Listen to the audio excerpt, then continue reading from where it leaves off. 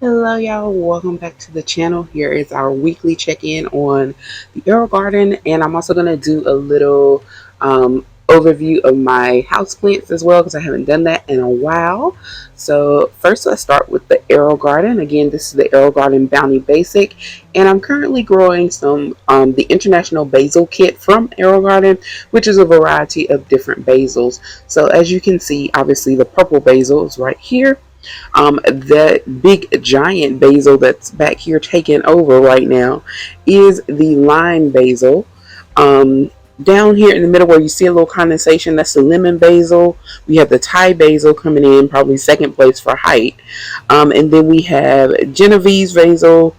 I'm sorry, Genovese is at the back here, and this is the Napoleano uh, basil right there. So Marisol, still, we're not sure. Maricel, sorry. Not sure what's going on down there, and I'm pretty sure that this Genevieve is not going to happen. So we'll just leave that there for now. And there is a globe basil right here. That's We're still waiting to see what happens with those. For sure, I saw the bud down in the lemon basil, and again, it has root. And I also saw like one little tiny root on the Maricel basil. So we'll see. And I think that one also had a little flower. I hadn't lifted it up lately, but the oats too I have seen, so they may come later on down the line. However, I will have to start harvesting my Thai basil and my lime basil pretty soon, because they are getting to the point, if you're not familiar with basil and really any kind of herb, when they start to produce, if you don't what was I gonna say? If you don't harvest them, then they will start to what we call flower, which they look beautiful. Basil actually produces some very pretty flowers, but once it flowers, it can impact the taste or the flavor of the herb. So that's what you want to do. So I don't want my basil to flower. I mean, you can let it flower if you want to get like seeds, especially if you're growing it like the traditional way. But in general, you don't want it to. You want to pinch those off, or either start to like harvest it before it gets to that point, and it will keep creating new basil leaves. But once it starts flowering, that can impact the taste. So we don't want to do that. We want to have all our good flavors of basil. And this one I love because you can actually rub, like I rub my hand, and this is one thing I like about like basil in general, or mint. Like when you rub your hands on the leaves, you get the scent on your hand. So it actually smells pretty good. So that is the Aerogarden update. We are at 34 days in, and you can see what the results are. Once they start growing, they really take off. And purple basil's there as well. Now let's move on to the house plants. So I'm really just going to focus on my pothos and ZZ plants, because one, that's where I have the most varieties of, and I also got a new house plant. New as in I purchased another one. This is another ZZ plant. This will be a standard green one, and I purchased this from Aldi. First time purchasing a plant from Aldi, so we'll see how it goes. I'm not going to leave it in this container for a couple of reasons. One, it's not self-watering, and two, and I have really just gotten on the self-watering train, and two, because when I purchased it, it was clearanced out. The pot has this big crack in it as well. So it was a nice sturdy, it's plastic, but it was a hard plastic case. But what I'm going to do is repot it into a self-watering planter. The white stuff you see is the diatomaceous earth that I just sprinkled on there, so there's nothing wrong with the plant. But I enjoy the self-watering planters. All three of these are self-watering planters, but the one in the middle is where I'm going to transfer the ZZ into. As you can see, this ZZ loves its self-watering plant, and so does my other one that's in my bedroom. Once I transferred them into the self-watering plants, they started to really grow and progress.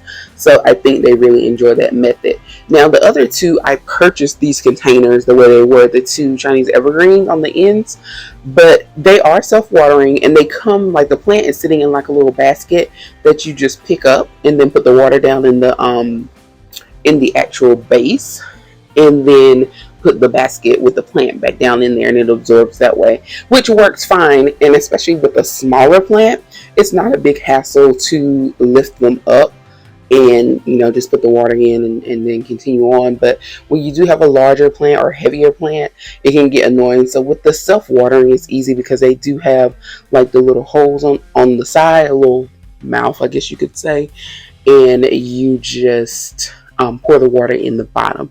And I also like the fact that it's clear and you can see when it needs water.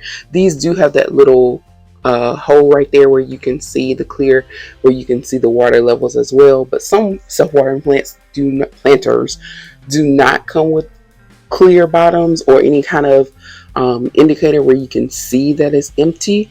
So that's one of the things that I prefer about those. So I did order a new set. This set will be black, so I'll show those to you. They look like, get close to the light there. Here you can see better. That's the black one. So they look just like the white ones, just in black. So I'll be putting this ZZ into this ZZ. Will be going into one of those self-watering, my new ones, the black ones. And then we have this ZZ plant. This is my Raven ZZ. So it has the black variant to it. It's kind of sort of self-watering, like it's in a container that's sitting in the vase. And again, I purchased this on clearance at, I want to say it was at Lowe's, I believe. And so it's not a bad deal, like picking it up, just pouring water at the bottom. I'm debating if I want to transfer it into the self-watering, but I really do like this base. This is actually a ceramic, it's not plastic, so I like that, and it seems to be working fine. So I may just leave it as is. I just need to find somewhere to put it because this is not going to be its permanent home. I know I say it every time, I just haven't gotten around to it for real, y'all. So let's take a look at the pothos next. Alright, so here we have the marginata, or I'm sorry, I'm thinking about marginata. It's late, y'all, I'm tired, but I'm just trying to get this in. But this is a golden pothos here. We'll start here. Golden pothos, and it has a typical variant. There is a yellow leaf that I wait until they just get to the point where I can just touch it and it comes off. But that happens, especially with the change in weather from time to time. And next to this is the Mandula pothos. And it has the kind of white variant going on with it. So I do like that as well. I do like that as well, the color diversity, and it's been growing. This one is one of the slower growing varieties of pothos, and I've had this one for like 3 years now, so I've had it for a long time. It doesn't look like it compared to some of the others that in the growth, but it is a slower growing amongst some of the other varieties. So there's a better look at the golden. I don't know why my color, there we go. Then here we have, this is not actually a pothos, even though a lot of people mistake it for one, the Brazil philandrian. It is growing and enjoying itself. As you can see up at the top there, those are new, relatively new leaves. They're kind of smaller ones. And I just have it kind of draped over my door to my balcony there. Again, this plant started from one leaf. I always tell that story. And you can even see up top there's some new leaves about to come in up there as well. So it seems to be enjoying its spot and enjoying life. So I love it. I love it. I love it. Another golden pothos. You guys know I have quite a few of those. They were some of the first houseplants that I purchased. And next to it, another golden pothos that just happened to be growing this way. It grows down, and you can see my collection of pots and whatnot. But that is another golden pothos, and it's actually growing quite well. When I purchased this one, it was already growing downward, so that's why I just left it that way. Eventually I may, crop and prop and do something different, but for now we'll just let it go. It is almost to the floor. I didn't realize that, but it's been growing. You can see on the bottom lots and lots of new leaves down there. And then this one here is just growing. I purchased a lot of these as small plants from Lowe's, and then I repotted them, and they've just been living their best life. So that's what we have here going on with my pothos and philandrian. Brazil phylos, one of my faves. And then we have the peace lily, just because it's kind of in the vicinity here. Here we go, nice and lush. So that's everything for now that I'm doing an update on. But again, you guys let me know what kind of things are you growing, whether it's in an Aerogarden, whether you have a fall winter garden going, Or if you just have house plants and you maybe are adding to your collection, or you just have some that you have just had for a while and you're just keeping them alive and growing. So tell me about your plant collection. But until next time, thank you so much for watching. Please be sure to like and subscribe, and I will see you next time.